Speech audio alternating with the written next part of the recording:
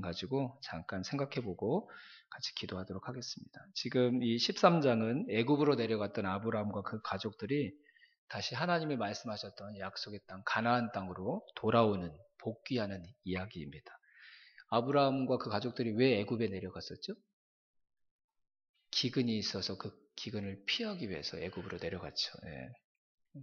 근데 기근이 있으니까 피하긴 해야 되는데 이게 아브라함이 세상에 있다가 이제 하나님 나라로 하나님께서 불러내셨는데 하나님의 나라의 특징이 가고 서는 것, 가야 될 시간 이거 다 하나님이 정하셔야 되는 건데 아브라함이 워낙 기근이 심했던 것 같아요. 예. 그래서 인간적인 생각으로 이곳에 그냥 머물러 있으면 이곳이 하나님이 말씀하신 땅일지라도 나와 우리 가족들이 살 수 없겠다 이렇게 생각해서 그 당시 대부분의 사람들이 그런 일들을 당하면 애굽으로 내려가서 식량을 구하고 이렇게 했는데 세상 사람들과 똑같은 방법으로 선택을 했던 것이죠. 아브라함은 하나님 나라로 세상 나라로부터 불리움을 받은 하나님의 사람이었는데 하나님의 사람답게 행동하지 않고 세상 사람들이 하는 대로 그렇게 행동했다는 것입니다. 세상의 관점으로 볼 때는 전혀 문제가 없어요. 근데 하나님께서 보실 때는 하나님 나라에 속한 백성처럼 행동하기를 원하셨는데 하나님의 기대에 못 미치는 선택을 했던 것입니다. 근데 그게 다가 아니죠. 애굽으로 내려가서 자기 아내의 미모가 탁월했기 때문에出중했기 때문에 자기 아내 때문에 자기에게 돌아올 화를 걱정해서 아내를 누이라고 속이는 거짓말을 했습니다. 뭐 그거 가지고 어떤 분이 아내, 누이, 그 당시는 그걸 같이 친척 그걸 해보면 그렇게 얘기해도 틀리지 않지 않냐 뭐 이렇게 얘기하려고 하는데 성경에서는 그 얘기를 하고 싶은 게 아니거든요. 거짓말을 했다는 그 자체가 하나님 앞에 그가 하나님의 기대에 미치지 못하는 이전의 옛 모습의 삶을 그가 살아가고 있다는 것을 보여주었던 것입니다. 아브라함이 잘못한 거죠. 그렇죠?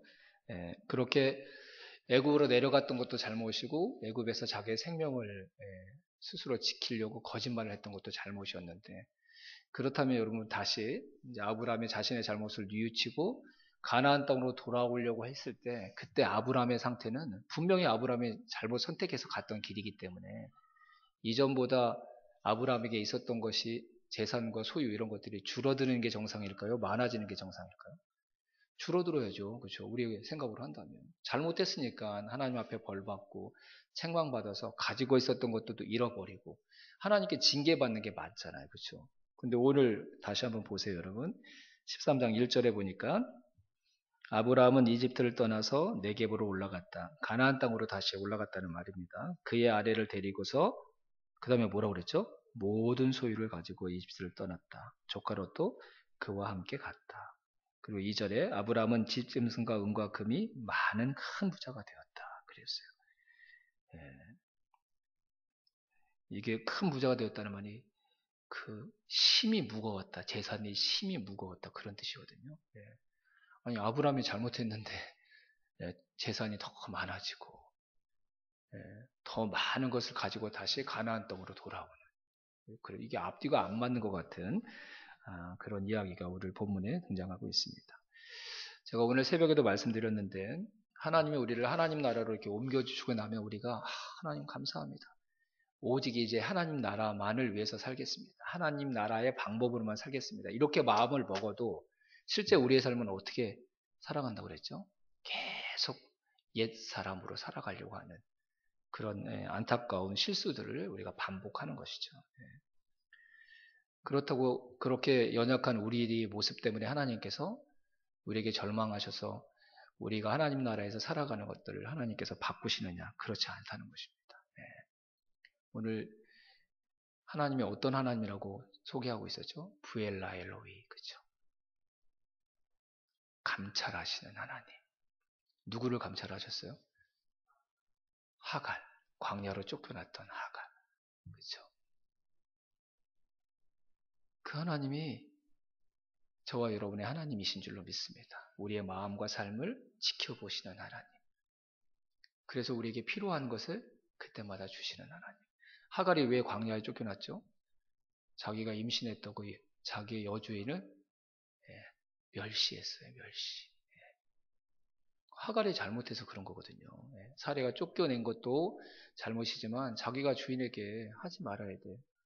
자기의 선을 넘은 거죠. 그러니까 하갈의 잘못이라고도 얘기할 수 있는데 하갈이 잘못했지만 광야에 있는 그 하갈을 하나님이 찾아오셔서 그에게 필요한 위로를 주시고 아브라함에게 주셨던 동일한 약속을 너의 자손이 많아질 것이라는 약속을 하나님께서 동일하게 주시는 모습을 볼 수가 있습니다.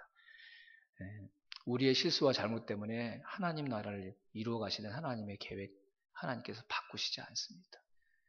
하나님께서 그 하나님 나라를 이루어 가시는 주인공이 되시고 또 하나님의 스스로 이끌어 가시는 그 일들을 하나님께서 끝까지 완성해 가실 줄로 믿습니다. 자, 하나님의 나라는 하나님의 왕이신 나라라고 했는데 하나님의 나라는 하나님의 이루어 가시는 나라인 줄로 믿습니다. 우리의 하나님 나라에 반하는 그런 모습으로 우리가 반응할 때가 참 많은데 그것 때문에 하나님께서 당신의 뜻을 변경하지 아니하시고 하나님께서 당신의 페이스대로 당신의 계획대로 우리의 연약함에도 불구하고 하나님께서 하나님 나라를 우리 안에 시작하셨던 하나님 나라를 끝까지 완성해 나가실 줄로 믿습니다. 오히려 우리가 잘못하고 넘어지고 실수할 때 하나님은 그런 우리에게 응원해 하시고 격려하셔서 계속해서 그 하나님 나라를 함께 이루어 나갈 수 있도록 우리를 붙들어 일으켜 세우시는 하나님이신 줄로 믿습니다. 오늘 이 내용이 그거 같아요. 전 처음엔 이해가 안 됐거든요. 아브라함이 잘못했는데 왜 재산이 더 많아져야 될까? 아브라함의 잘못은 하나님 그냥 무조건 덮으신 게 아니라 아브라함 격려하고 응원하셔서 하나님의 나라를 그가 함께 하나님과 이루어가도록 계속 그 자리에 하나님의 명하신 자리에 있도록 하시기 위해서 하나님께서 위로하시고 격려하시는 그런 모습이라고 생각하면 될 것 같습니다. 이런 하나님의 격려와 응원, 하나님의 일하심이 우리가 오늘 이 본문 가운데 많이 등장하고 있거든요. 또 하나를 보면 이제 다시 가나안 땅으로 돌아와서 아브라함의 재산이 너무 많아져서 조카 롯의 사람 종들과 이렇게 아브라함의 종들이 서로 다툼이 일어났어요. 그 뒤에 이제 7절 이하의 말씀인 그 말씀이잖아요. 그래서 어떻게 했죠? 아브라함이 가나안과 브리스 사람들 앞에서 우리가 골육인데 서로 싸우는 그런 세상적인 모습 보여주지 말자. 그래서 아브라함이 어떻게 합니까? 네가 보고 네가 가고 싶은 땅 네가 선택해서 먼저 가라. 저는 아브라함이 하나님의 이 도우심과 응원으로 조금 또 마음이 안정된 것 같아요. 아브라함이 먼저 조카 롯을 데려다가 키우고 지금 아브라함의 부가 조카 롯에게도 이렇게 흘러간 거거든요. 그러니까 아브라함이 먼저 선택할 수 있는 권리가 있는데도 아브라함이 조카 롯에게 네가 먼저 좋은 땅을 선택하라고 얘기하는 거예요. 세상에서는 그렇게 안 하죠. 권리를 가진 자가 또 큰 자가 그렇죠. 또 나이를 더 먹은 사람들이 먼저 그렇게 선택하는 거잖아요. 근데 아브라함이 조카 롯에게 선택권을 먼저 줍니다. 이런 모습이 하나님 나라의 모습이죠. 내가 내 권리를 엄연히 주장할 수 있는데 연약한 사람에게 먼저 그 권리를 양도하는 것.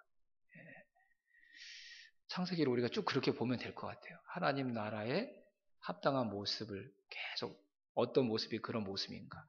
그러면서도 인간의 연약한 모습들이 드러나는데 그럼에도 불구하고 하나님께서 은혜로 그런 사람들을 다듬어 가시면서 하나님의 나라를 이루어 가시는 모습, 이 모습들을 잘 보면 좋을 것 같아요.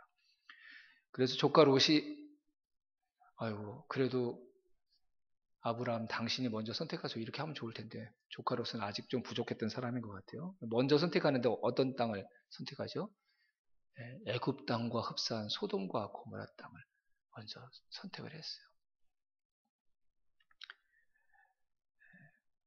아브라함이 제가 아브라함이었다면 좀 서운했을 것 같아요. 좋은 건 자기가 다 가져가네. 이런 마음이 들었을 것 같아요.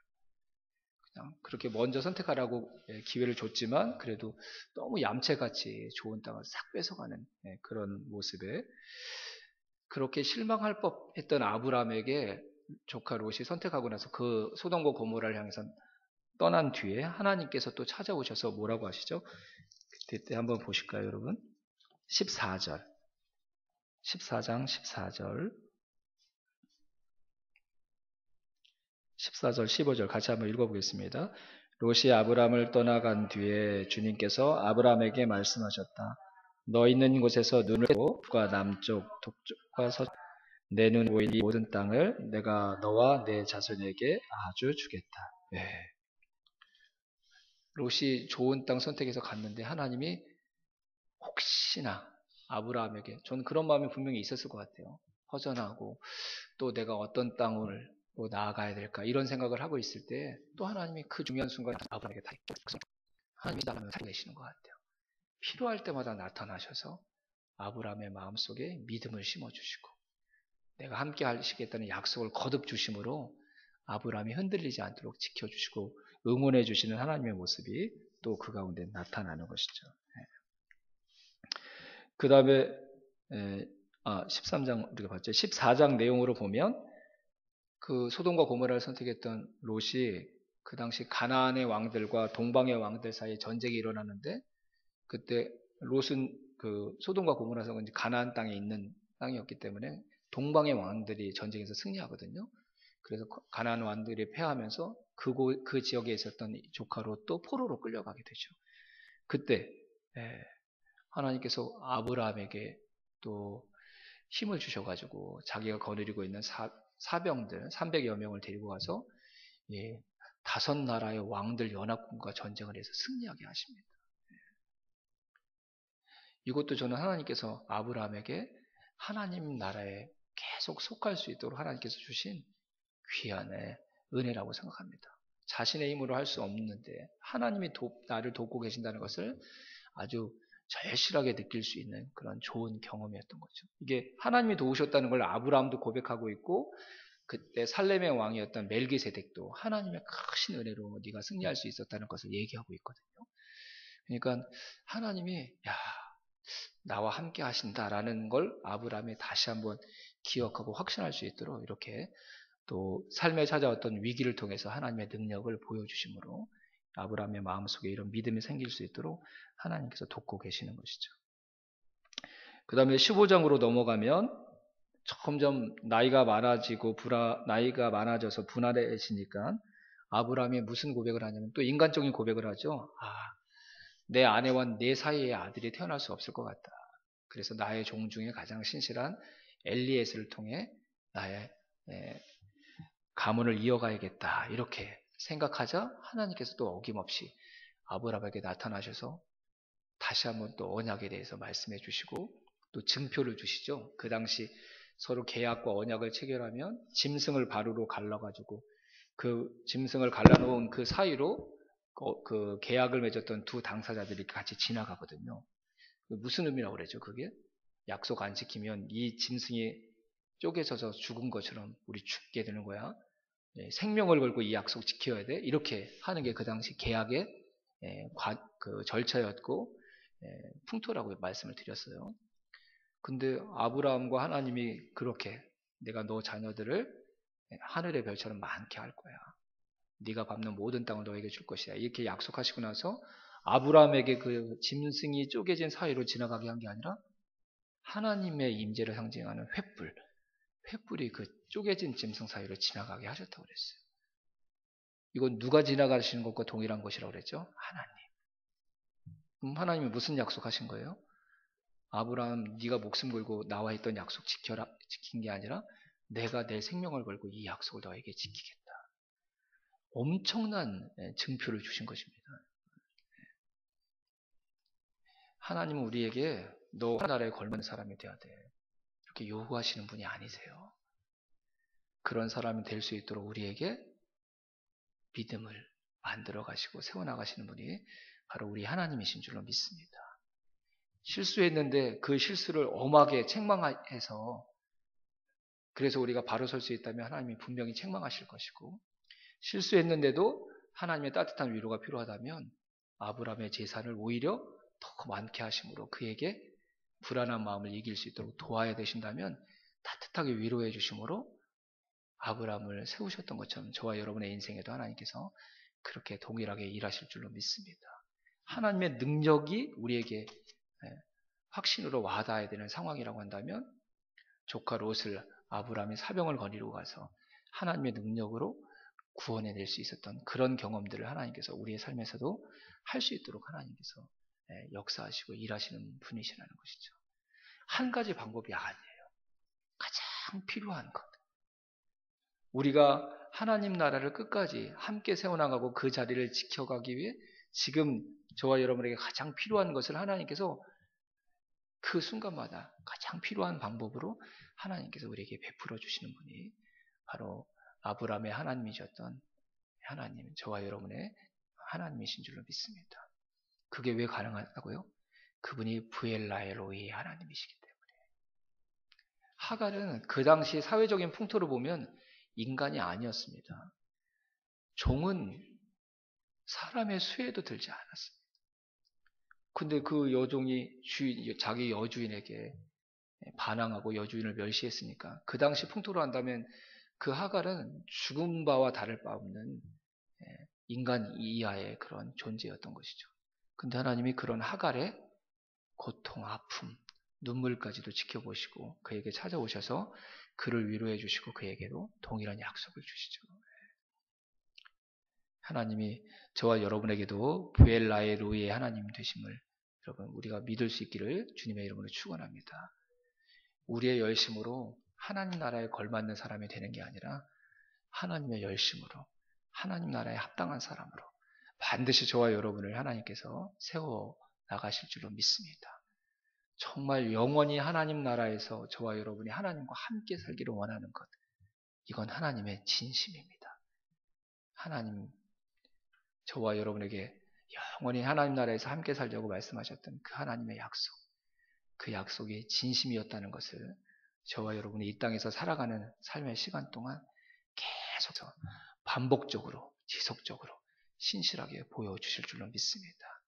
그분의 일하심으로 저와 여러분들이 하나님 나라에 하루하루 더 합당한 모습으로 변화되고 또 아름답게 세워지는 역사가 일어나기를 주님의 이름으로 축원합니다. 우리 함께 찬양하고 기도하시죠.